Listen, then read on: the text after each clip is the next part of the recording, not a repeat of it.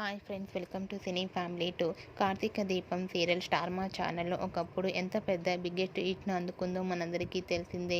ఈ సీరియల్కి ఉన్న క్రేజ్ అంతా ఇంత కాదు. కార్తీక దీపం సీరియల్ కోసం ప్రేక్షకులు రోజు ఎంతగానో ఎదురు చూస్తూ ఉండేవారు. అయితే త్వరలో కార్తీక దీపం సీరియల్ పార్ట్ 2 రాబోతోంది. కార్తీక దీపం సీరియల్ పార్ట్ 2కి సంబంధించిన ప్రోమో బయటకు వచ్చి ప్రేక్షకులను మరింత ఆకట్టుకుంటుంది.